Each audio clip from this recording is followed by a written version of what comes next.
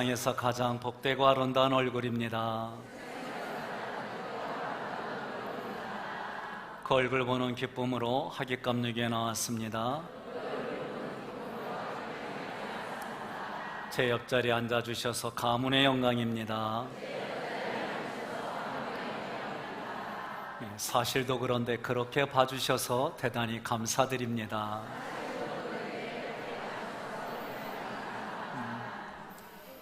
아침에 교회로 나오면서 하나님, 그런 강풍 속에서도 나를 날리지 아니하시고 지켜주셔서 감사합니다.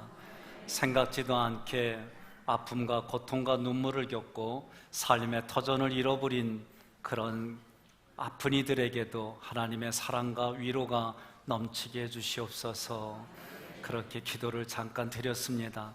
오늘 그렇게 어려움을 겪는 이들에게 오늘 미가엘 성가대의 하음과 음색과 찬양의 고백이 위로가 되고 격려가 되리라 믿습니다. 오늘 심려선교회가 하나님 앞에 손으로, 얼굴로, 몸짓으로 찬양을 했어요. 제가 곰곰이 생각해 보니까 그 나이 때, 제가 그 나이 때가 되면 반도 못할 것 같아요. 그런데 참 믿음 안에서 2부 때도 또 오늘 3부 때도 귀하게 해주셨습니다. 오늘 옆에 분들과 인사 나눌 때 장로님들이 여러분들을 찾아가서 악수하는 모습 보니까 어느 기업의 멘트가 생각나요. 찾아가는 감동의 서비스. 장로님들이 그렇게 찾아가서 인사하고 여러분이 성도가 찾아가서 인사하는 모습을 보니까 그냥 앞에서 보니까 흐뭇하고 기뻐요. 마음의 행복함이 저절로 넘칩니다. 옆에 분에게 이렇게 인사합시다. 행복한 목사 목회하는 것도 복이요. 여러분, 천국, 지옥은 멀리 있는 게 아니라 내 안에서 하나님의 말씀을 가지고 천국을 만들어가는 거예요. 하나님의 말씀이 없으면 그 자리가 어렵고 힘들고 지옥으로 생각이 되어지는 겁니다. 마틴 루터가 종교개혁을 할 때 일입니다. 종교회의에서 루터를 불러 종교재판을 열기로 결정했습니다. 전날 루터는 두렵고 초조했습니다. 왜냐하면 종교회의가 열리면 반드시 사형 언도를 받기 때문입니다. 잠을 자지 못하고 우왕좌왕하며 자기 방을 거니는데 새벽녘에 겨우 잠이 들었습니다. 잠이 들 때쯤 거실에서 갑자기 여인의 흐느끼는 소리가 들리는 거예요. 조용히 문을 열고 밖으로 나아가 보니까 거실에서 그의 부인 카타리나 폰보라가 검은 상복을 입고 서럽게 울고 있는 겁니다. 깜짝 놀라서 아내에게 묻습니다. 부인, 무슨 일이요? 부인이 대답합니다. 하나님이 죽었습니다. 루터가 깜짝 놀라서 묻습니다. 하나님이 죽었다니 무슨 말이에요? 당신이 그렇게 잠을 못 이루고 우왕좌왕하며 근심하고 낙심하는 모습을 보니까 하나님이 죽었습니다. 그 순간 루터는 그 말을 듣고 정신을 차리고 그날 당당하게 재판장으로 나아갔다는 일화가 있습니다. 율법을 상징하는 모세는 복음이 없는 상태를 말해요. 하나님의 마음이 없기에 자기 열심으로, 자기 혈기로 살아가는 모습을 보여준 것이 오늘 무리바 사건입니다. 여러분과 제가 어디에 집중해야 될까? 오늘 민수기 20장은 가데스에서 돌아온 이스라엘 백성들이 다시 하나님을 원망합니다. 하나님을 불평합니다. 이런 내용이 기록되었습니다. 이 기록을 통해 오늘을 살아가는 우리에게 하나님께서 주시는 교훈이 있습니다. 첫째로, 하나님께서 가데스에서 다시 원망하는 이들을 통해 우리에게 보여주시는 것은 우리 내면에는 선한 것이 없다예요. 우리는 죄로 물들어져 있고 죄로 오염되어져 있어서 자기의 힘과 능력으로는 하나님 앞에 나아갈 수 없다라고 가르쳐주는 거예요.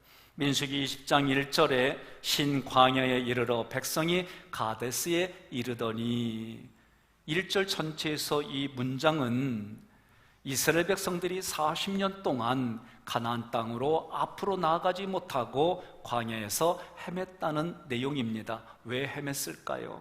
2절로 4절 함께 봉독합니다. 회중이 물이 없으므로 모세와 아론에게로 모여드니라. 백성이 모세와 다투어 말하여 이르되 우리 형제들이 여호와 앞에서 죽을 때에 우리도 죽었더라면 좋을 뻔하였도다. 너희가 어찌하여 여호와의 회중을 이 광야로 인도하여 우리와 우리 짐승이 다 여기서 죽게 하느냐. 아멘.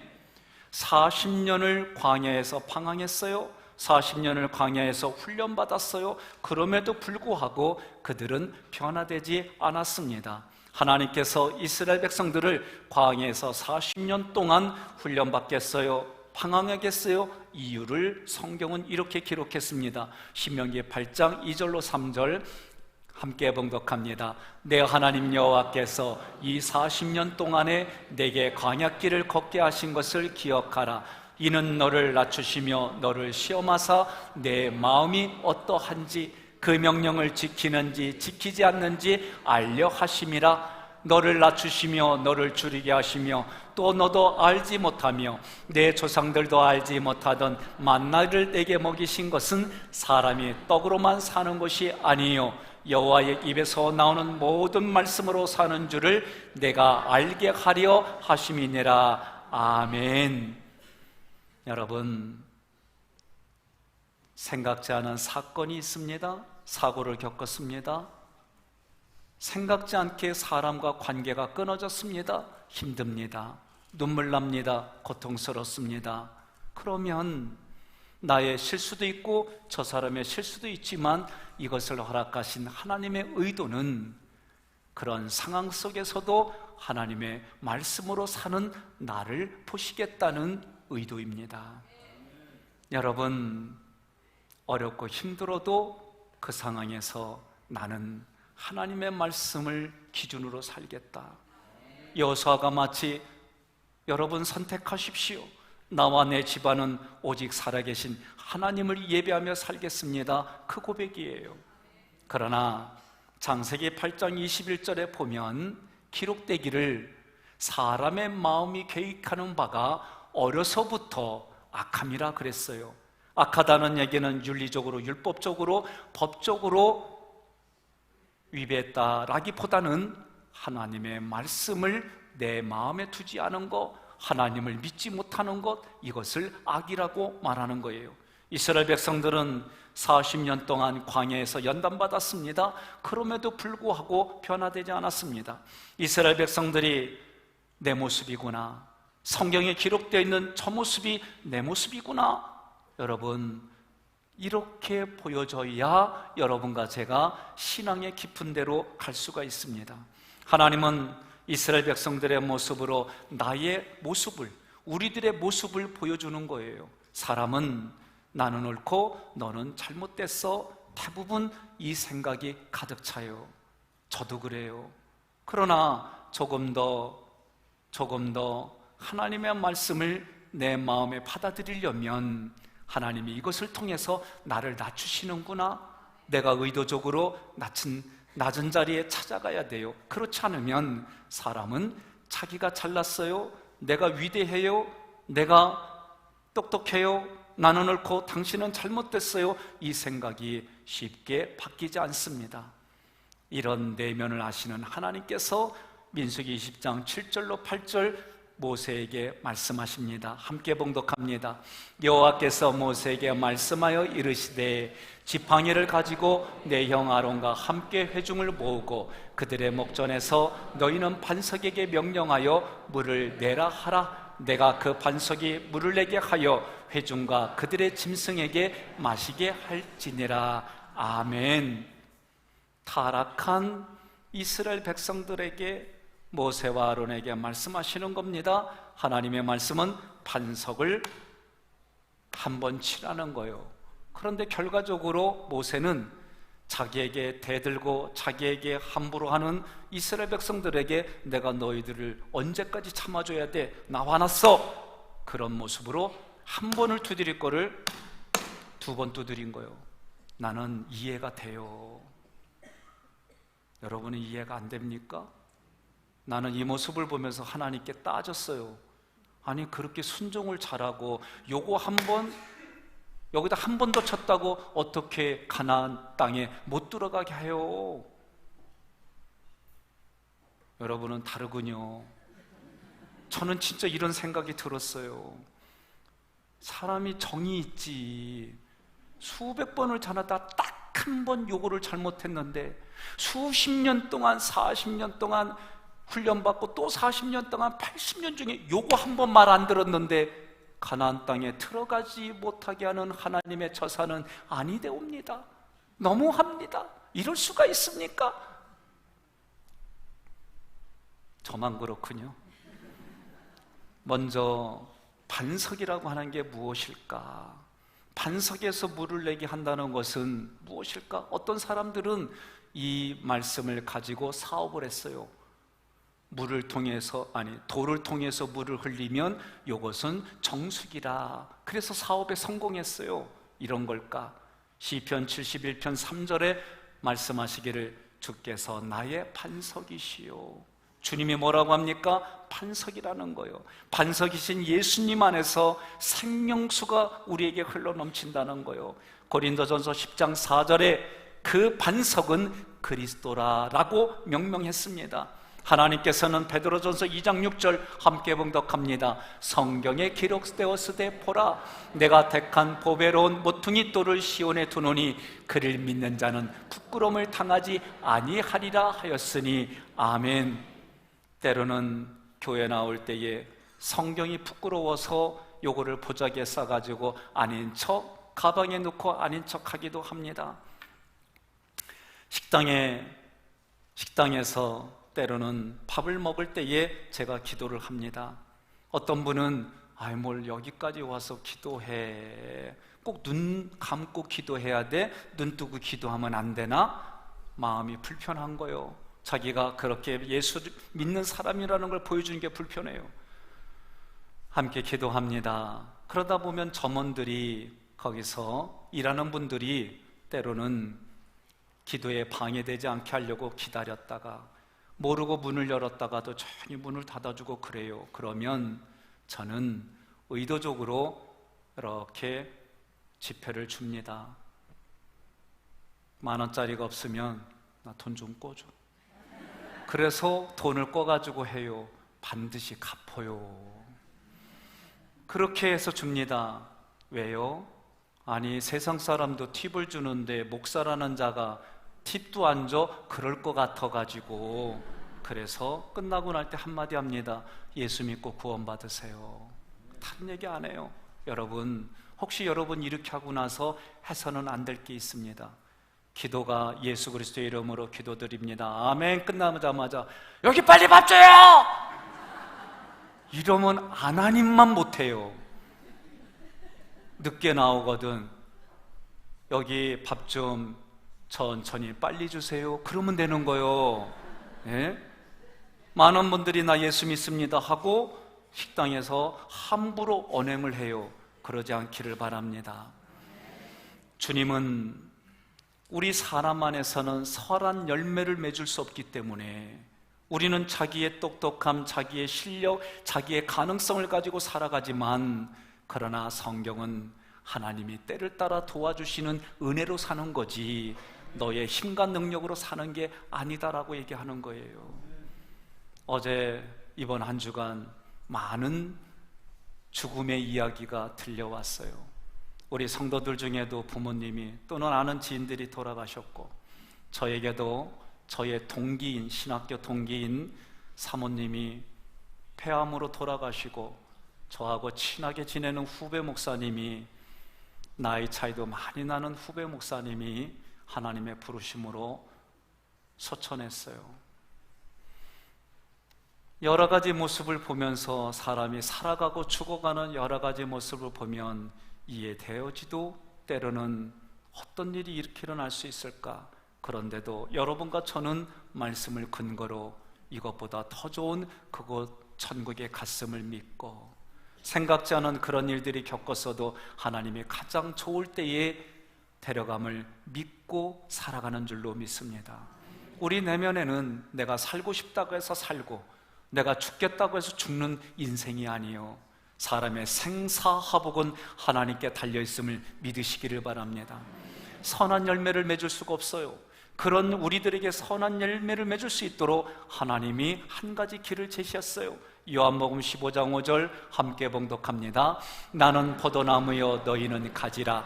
그가 내 안에 내가 그 안에 거하면 사람이 열매를 많이 맺나니 나를 떠나서는 너희가 아무것도 할 수 없음이라. 아멘. 포도나무이신 예수님께 우리는 붙어 있어야 돼요. 그렇게 붙어 있으면 농부이신 하나님이 열매를 맺을 수 있도록 우리를 인도해 주시고 가꾸시고 도와줌을 믿으시기를 바랍니다. 열매를 맺을 수 있도록 로마서는 이렇게 표현했습니다. 8장 9절에 만일 너희 속에 하나님의 영이 거하시면 너희가 육신에 있지 아니하고 영에 있나니 누구든지 그리스도의 영이 없으면 그리스도의 사람이 아니라. 아멘. 하나님의 영, 그리스도의 영, 성령의 영이 우리 안에 있으면 내가 예수님을 주인님이라고 고백할 수 있도록 도와주심을 믿으시기를 바랍니다. 그래서 그렇게 고백하는 사람들마다 어떻게 사는 거요? 내가 사는 것은 내가 죽고 예수로 사는 겁니다 라고 고백하는 거요. 그것이 갈라디아서 2장 20절에 하나님의 아들을 믿는 믿음 안에서 사는 것이다 라고 표현을 한 줄로 믿으시기를 바랍니다. 많은 사람들이 각국의 나라 사람들이 모여도 저는 한국어만 써요. 간단합니다. 영어를 몰라요. 그래서 한글만 쓰면 사람들이 저 사람은 한국 사람이구나 그래요. 모습은 저하고 한국 사람인데 영어만 써요. 알고 봤더니 한글을 몰라요. 이유는 미국에서 태어났어요. 그러니 그 사람은 미국 사람이요. 아니 외국 사람인데 한글을 너무 잘해요. 알고 보니까 한국에서 태어났어요. 여러분, 성경은 하나님의 말씀이 영이고 생명이라고 말씀하신 것처럼 우리의 언어를 통해 영분별을 하는 거요. 영분별은 하나님의 일이냐 사람의 일이냐를 분별하는 겁니다. 두 번째로 민수기 20장을 통해서 우리가 기억해야 될 것은 인간은 실수예요. 허물이 있어요. 그럼에도 불구하고 하나님은 일을 하시고 성취하시는 하나님임을 믿으시기를 바랍니다. 어린아이가 엄마가 소중히 여기는 손수건을 잘못해서 옆에 있는 잉크로 손수건을 적셨어요. 그러니 엄마가 그렇게 소중히 여기는 손수건인데 잉크가 많이 묻어가지고 쓸 수가 없는 거예요. 자기가 볼 때는 이 손수건을 어떻게 써야 될지 몰라요. 빨아도 안 지워질 것 같아요. 그런데 엄마가 그럽니다. 걱정하지 마, 손수건 이리 타오. 그러더니 엄마가 실과 바늘로 형형색색의 실로 이렇게 바느질을 했더니 꽃이 됐어요. 쓰레기로 생각했는데 그곳에 엄마가 조금 바느질로 형형색색의 실을 가지고 수를 놓았더니 훌륭한 꽃이 되어서 이 손수건이 10,000원짜리가 100만원짜리가 됐다는 전설이 우리 집에 있습니다. 여러분과 저는 그렇게 허물 있고 용서받지 못한 인간이라 할지라도 하나님의 손을 대면, 하나님의 만져주시면, 하나님의 뜻이 있으시면 여러분 명품의 삶을 하나님의 자녀로 예수자리로 사는 줄로 믿으시기를 바랍니다. 예레미야 33장 2절 함께 봉독합니다. 일을 행하시는 여호와 그것을 만들며 성취하시는 여호와 그의 이름을 여호와라 하는 이가 이와 같이 이르시도다. 아멘. 하나님이 일하시니, 하나님이 여기까지 일하시니 나도 일한다라고 예수님이 말씀하셨어요. 오늘 여러분과 저도 마찬가지입니다. 하나님이 계획하시면, 하나님의 뜻이 있으시면 여러분과 저는 모세와 같이, 요셉과 같이 그런 인생을 살아가는 거요. 그런데 모세와 같이 살고 싶습니다. 그러면 조건이 있어요. 모세가 40년 동안 훈련받았어요. 옆에 분에게 그러세요. 모세가 살고 싶으면 광야에서 40년을 반드시 훈련받아야 합니다. 그러세요. 응? 아브라함처럼 믿음의 조상이 되고 싶습니다. 그러면 아브라함처럼 아들을 제물로 하나님께 드려야 돼요. 아니, 가면 갈수록 왜 아멘이 안 나와요? 예? 많은 분들이 너무나도 공짜에 익숙해져 있어요. 많은 분들이 너무나도 값없이 주신다니까 공짜인 줄 알아. 값없이란 얘기는 한마디로 말하면 대가를 치렀다, 그 얘기요. 저도 사랑하는 아내 애보기를 얻기 위해서 이 땅에 수십억 명의 여자를 뒤로 하고 저 여자를 택했어요. 이런 대가를 치렀어요. 나만 그런 줄 아세요? 방장로님, 김현성 권사님 업계에서 수많은 여성들을 했죠? 했대잖아요. 여러분, 우리는 무엇을 얻으면 포기하는 대가를 생각 안 해요. 예수님을 믿으면 세상도 얻으려고 그래요. 성경은 그렇게 말하지 않아요. 성경은 예수를 얻으면 세상과는 적이 된다고 얘기를 했어요. 오늘 우리는 그런 얘기를 해요. 값싸고 질량이 좋은 걸 얻겠다고. 아무리 뒤져봐도 값싸고 좋은 거 사면 다 꽝이요. 비싸고 좋은 건 있어도 값싸고 좋은 거는 거의 없어요. 안 그래요?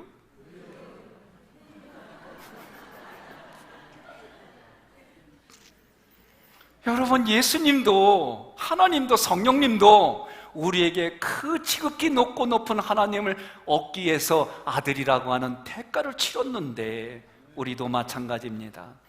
백성들에게 지친 모세는 백성들을 향하여 화를 냅니다. 망령된 언행을 했습니다.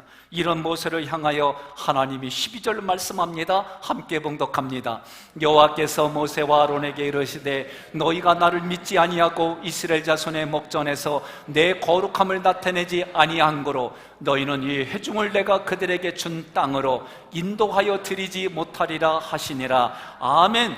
저는 여기서 많이 걸렸어요. 하나님, 40년 동안 광야에서 하나님 앞에 순종하고 살아온 모세가 또 40년을 그들을 인도하면서 딱 한 번 무리바에서 백성들하고 다투다 보니까 짜증나가지고 하나님의 한 번 두들기라는 것을 두 번 두들겨 끼로냈소니 어떻게 가나안 땅에 들어가지 못한다고 말씀하시나이까? 내가 그랬어요. 정말 이 안에서 막 부딪히는 거요. 아니, 하나님 사랑이 많으시다면서 어떻게 이 한 번을 가지고 그럴 수 있냐고. 여기서 막 제가 대신 변호사가 돼가지고 모세를 대신해서 얘기하는 거예요. 여러분, 대부분이 이렇게 성경을 접근합니다. 기억하십시오. 12절에서 너희가 나를 믿지 아니하였다, 내 거룩함을 나타내지 아니했다, 이 말 뜻이 무엇일까? 여러분,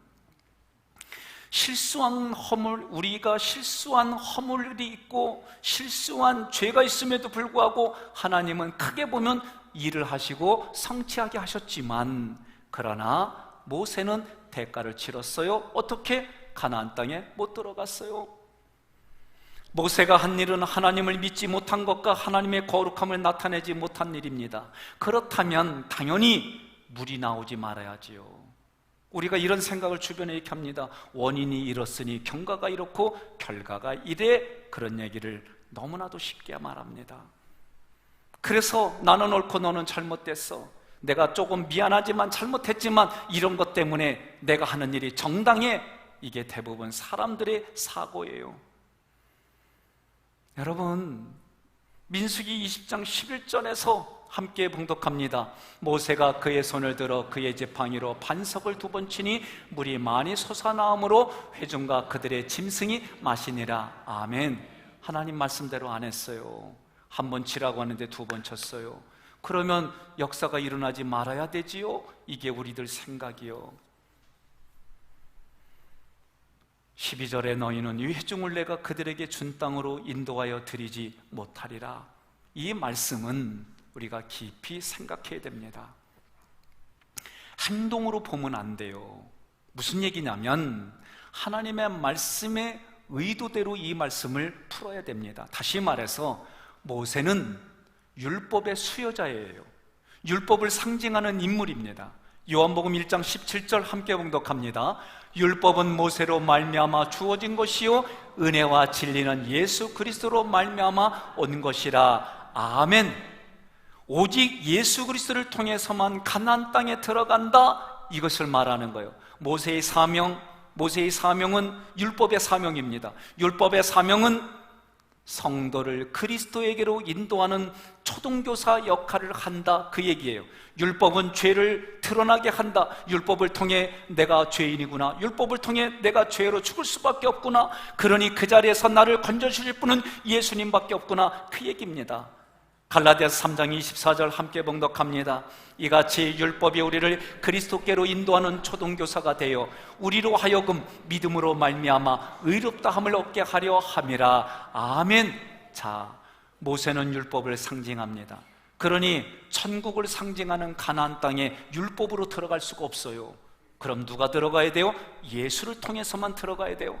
예수라는 이름은 세상에서 죄에서 구원했다, 그 뜻이요.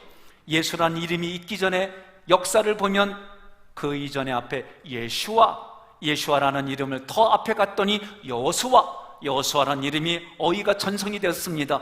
여호수아, 예수와 예수. 그래서 여호수아의 이름이 여호와는 구원이시다, 그 뜻입니다. 그러니 가나안 땅에 들어가려면은 그 은혜를 상징하는 여호수아가 들어갈 수밖에 없는 거예요. 그러니 하나님의 말씀을 다 지켜야만, 율법을 다 지켜야만 구원받을 수 있다는 구약의 그 의식은, 여러분, 그래서 그 의식 때문에 모세는 하나님의 말씀을 한 가지도 빠뜨리지 말고 다 지켜야 되는 거예요. 그런데 하나님 말씀 한 번 치라는, 반석을 한 번 치라는 말씀에 첨가해서 자기의 혈기를 한 번 더 쳤더니, 그래서 율법으로는 구원받을 수 없다라고 하는 말씀이 무리바 사건입니다. 18절로 19절 함께 봉독합니다. 여호와께서 모세에게 이르시되 눈의 아들 여호수아는 그 안에 영이 머무는 자니 너는 데려다가 그에게 안수하고 그를 제사장 엘리아살과 온 회중 앞에 세우고 그들의 목전에서 그에게 위탁하여. 아멘. 그래서 여호수아를 통해서 가나안 땅에 들어가는 거요. 천국은 오직 예수의 이름으로만 들어가는 줄 믿으시기를 바랍니다. 오늘 우리는 민수기 20장을 가지고 하나님이 우리에게 주시는 교훈을 기억해야 됩니다. 그것은 이스라엘 백성과 에돔 족속을 비교해야 돼요. 에돔 족속과 이스라엘 백성을 비교해 볼 때 복받은 민족이 어디일까? 복을 받는다는 개념이 어떤 것일까를 알아야 됩니다. 20장 14절에 모세가 가데스에서 에돔 왕에게 우리가 당한 모든 고난을 당신도 아시거니와, 이 얘기는 이스라엘 백성이 400년 동안 애굽에서 종살이했어요. 400년 동안 종살이할 때에 에돔 백성들은 하나님 없이 떵떵거리고 국가가 부흥하고 국력이 세지고 돈이 남아 돌았어요. 그런 인생을 살았어요. 그랬더니 하나님 없이도 우리는 이렇게 행복하게 살았어, 그러면서 하나님 말씀에 위배되게 이스라엘 백성을 막고 그들을 힘들게 하는 일을 하는 거예요. 여러분, 한마디로 자신에게 가능성이 있어요, 나에게 부가 있어요, 나에게 어떤 것도 해나갈 수 있는 힘이 있어요, 한마디로 하나님 앞에 교만하기 그지없었습니다. 그런 에돔에게 하나님이 선지자를 통해 선포합니다. 오바댜 1장 1절로 4절 함께 있습니다. 이것은 주 여호와께서 에돔에 대하여 말씀하신 오바댜의 예언이다. 여호와께서 자기 사자를 여러 나라에 보내셨다. 우리는 그의 사자가 일어나라 에돔을 치러 가자 하고 말하는 소리를 들었다. 여호와께서 에돔에게 말씀하신다. 내가 여러 나라 가운데서 너를 보잘것없는 나라로 만들겠다. 내가 크게 멸시를 당할 것이다. 내가 높은 산악지대에 산다고 해서 누가 나를 아래로 끌어내릴 수 있겠느냐 하고 말하지만 너는 내 교만에 속고 있다. 내가 비록 독수리처럼 높이 올라 내 보금자리를 별 사이에 만들지라도 내가 거기서 너를 끌어내릴 것이다. 아멘. 여러분 잘 들으십시오. 400년 동안 이스라엘 백성이 종살이하는 모습 보면서 에돔 백성은 떵떵거리며 살았습니다. 여러분과 제가 이 땅을 살아가면서 최고의 복은 이스라엘 백성들처럼 험난한 세월을 보낼 때에 그곳에서 원망과 불평을 하는 것이 아니라 하나님을 알아가고 이 고난을 주신 하나님의 의도를 깨달아가고 하나님의 의도를 깨달아 하나님께 순종하는 법을 배워야 여러분 그것이 복 있는 사람이에요. 어쩌려고 이 인생 여기까지 왔나? 내가 너를 만나지 않았다면, 이 가정에 태어나지 않았다면, 많이 듣던 얘기잖아요. 그러나 오히려 그런 환경 속에서 하나님을 보고 하나님 앞에 억울하지만 고통스럽지만 하나님의 방법으로 자기를 쳐서 복종시킬 때에 하나님이 그를 휩쓰어 장대에 달아서 올려드리는, 그래서 그 무릎 앞에 모든 무릎이 꿇게 하는 사건이 일어남을 믿으시기를 바랍니다. 하나님께서는 이스라엘 백성들에게 말씀하십니다. 절대로 에돔 족속과 싸우지 말라. 21절 함께 봉독합니다. 에돔 왕이 이같이 이스라엘이 그의 영토로 지나감을 용납하지 아니하므로 이스라엘이 그들에게서 돌이키니라. 아멘. 이스라엘 백성은 하나님의 뜻대로 에돔 족속과 싸우지 않고 멀리 우회해서 갑니다.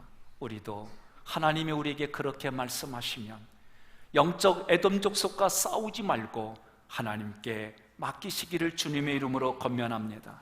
그 이야기를 로마서는 이렇게 표현했어요.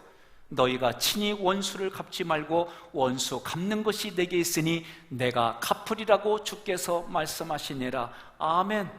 여러분, 에돔의 조상을 올라가 보면 이삭과 이스마엘의 역사예요. 그래서 하나님은 신명기 23장 7절에 너는 에돔 사람을 미워하지 말라. 그는 내 형제임이니라. 애굽 사람을 미워하지 말라. 내가 그의 땅에서 객이 되었음이니라. 아멘. 하나님은 그렇게 너를 힘들게 하고 아프게 하고 고통스럽게 하는 사람에게 혈기와 내 자연적인 육성으로 대결할 것이 아니라 하나님의 하신 말씀을 붙들고 살아가면 하나님의 때에 하나님의 방법으로 해결하심을 믿으라는 얘기입니다. 이사야 34장 5절에 하늘에 여호와의 칼이 준비되었으니 그 칼이 그가 멸망시키기로 작정한 에돔을 쳐서 심판할 것이다 그랬어요. 그 결과가 어떻게 됐습니까? 요엘서 3장 19절 함께 봉독합니다. 그러나 애굽은 항무지가 되겠고 에돔은 항무한들이 되리니 이는 그들이 유다 자손에게 포악을 행하여 무죄한 피를 그 땅에서 흘렸음이니라. 아멘. 여러분, 우리는 어떤 상황이요? 상황 그것마다 개인적으로는 하나님의 말씀으로 여러분 억울해도 고통스러워도 그래요. 그러나 그것을 풀어갈 수 있는 지혜를 주시면 그 지혜를 의지하여 말씀을 의지하여 풀어가십시오. 특별히 개인과 개인 간에도 그래야 되지만 교회에서 담임 목회자를 비롯한 모든 목회자들에 대해서 왈가불가하지 마십시오. 또 이곳에서 목회했다가 다른 곳에서 목회하는 분들, 또 목회를 준비하는 분들을 포함해서 근거 없는 이야기들을 하지 마십시오. 그런 이야기들이 서로가 서로에게 이간질이 되어지고 우리 목회자들 간에도 아픈 일들이 됩니다. 생각지 않은 사건들이 벌어집니다. 다시 한번 부탁합니다. 모든 목회자들에 대해서는 왈가불가하지 마시고 하나님이 그들을 이끌어가고 인도하는 일 가운데에 또한 교회의 질서 가운데에 이루어질 수 있도록 여러분 다시 한번 재차 부탁합니다. 하나하나 목회자들에 대해서 이러쿵저러쿵 얘기하지 않기를 주님의 이름으로 삼가 권면합니다.